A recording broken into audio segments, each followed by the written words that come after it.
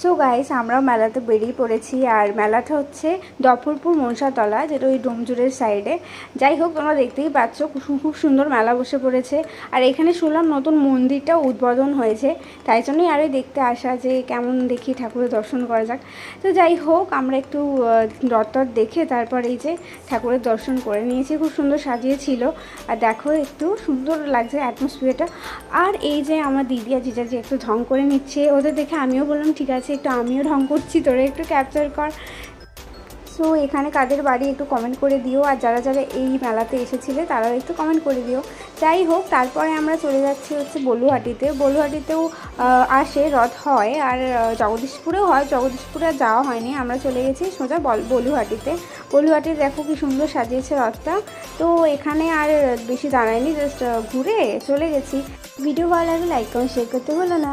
Joy Jagannath.